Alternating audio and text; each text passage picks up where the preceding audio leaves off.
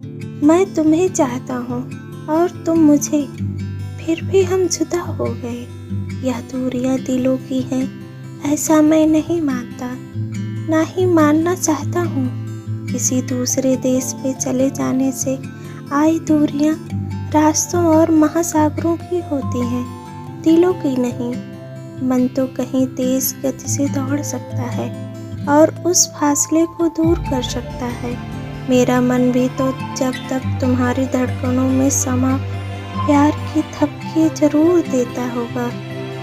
कह दो उन दूरियों से कि हम जुदा जरूर हुए हैं, पर एक दूसरे से अभी भी जुड़े हुए हैं। ऐसा ही है ना? एक बार तुम्हारा बस हाँ में जवाब सुनना चाहता हूँ। यकीन मानो मैं सदियों तक तुम्हारे लौटने का इंतजार कर सकूँगा। हालांकि मुझे लगता है कि ये दूरियां बस कुछ समय की है। जैसे ही तुम लौट कर आओगी, तुम्हारे बीच आ गए फासले भी सूखे पत्तों की तरह झड़ जाएंगे। पूरी रात करवटें बदलती बीती, रात का लंबा होना किसी सदी जैसा लगता है। कब खत्म होगी यह ख्याल भी करवटों के साथ हिलता डुलता रहता है। बिस्तर पर लेटा नहीं गया तो उठ गया। सिर्फ 3:30 बजे थे। मैंने पर्दा खिसकाया। सर्दियों का अंधेरा कोहरे के साथ फैला, जैसे आसमान में अपने फीकी चांदनी के साथ लटके उदास चांद को चुनौती दे रहा था। पर चांद क्या हार मान लेगा? नहीं, वह कोहरे की चादर पर लगातार अपनी चमक उड़ेर रहा था। आखिर कब तक अंधेरा अपनी जीत का जश्न मना सकता है? जैसे ही सूरज धीरे धीरे तमाम बाधाओं को पार करता हुआ ऊपर आएगा, अंधेरे को उसकी किरणों में भस्म होना ही पड़ेगा। बहुत ज्यादा दार्शनिक सोच रखते हो। हर बात कविता लगती है तुम्हें। हर चीज और हर स्थिति में कविता तलाशना अच्छा है, पर उससे बहुत सारे समाधान नहीं जुटते। हर समय शब्दों की जुगाली करते रहने से हकीकत में हमारे सामने चक्कर काटते मसले हल नहीं होते।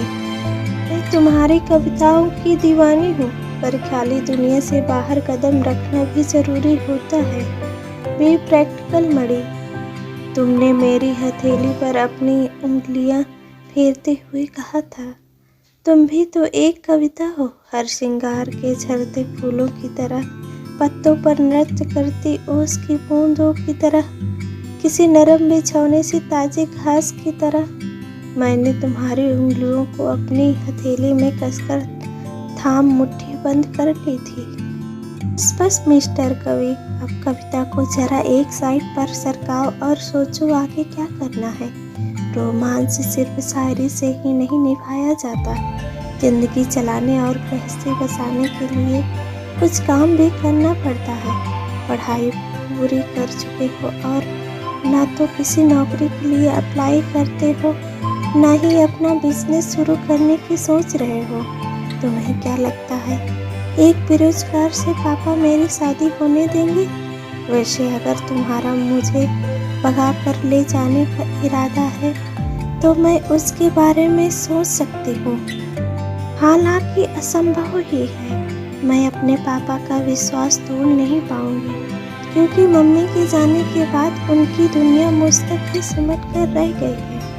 अपनी हथेली में कसी तुम्हारी उंगलियां की तपिश मुझे पिघला रही थी। मेरा मन कर रहा था कि तुम्हें बाहों में भरकर चूम लूं, लेकिन पार्क में बैठे थे इसलिए खुद को रोक लिया।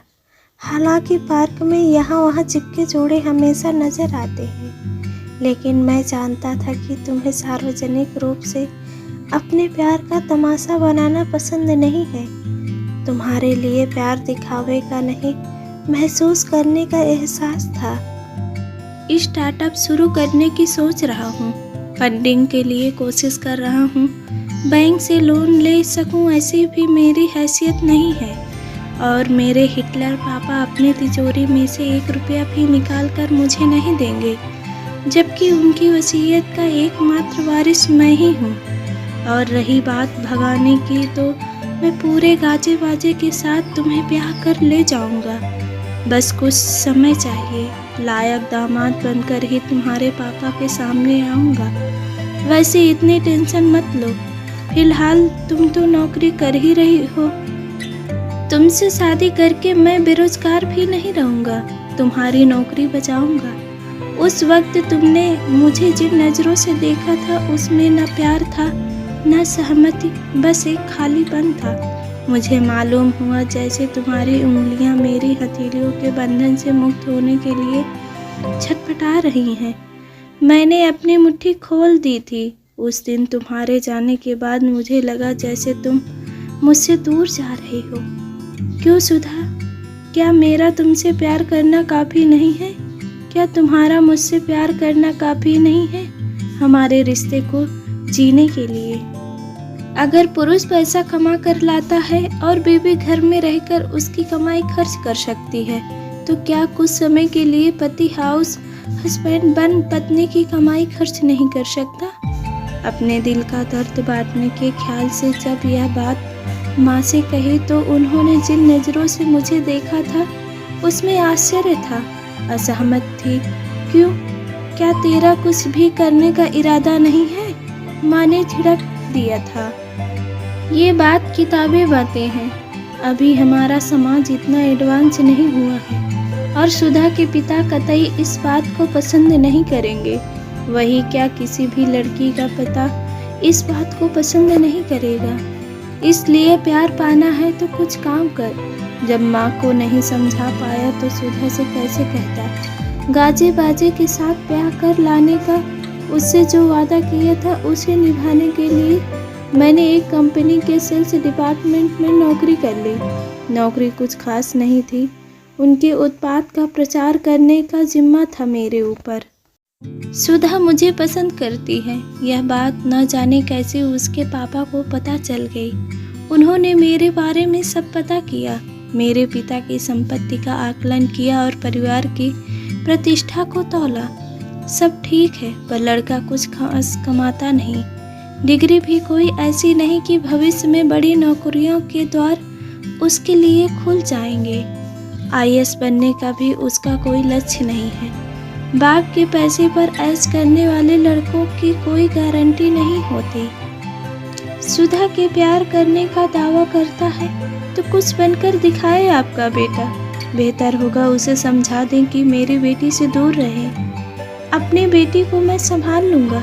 मेरे पापा को खरी खोटी सुनाकर वो चले गए और मैं जानता था कि पापा मेरे पक्ष में एक भी शब्द नहीं कहेंगे। सुधा को स्कॉटलैंड में अच्छी नौकरी मिल गई, यह कहकर उसके पापा ने उसे वहां भेज दिया।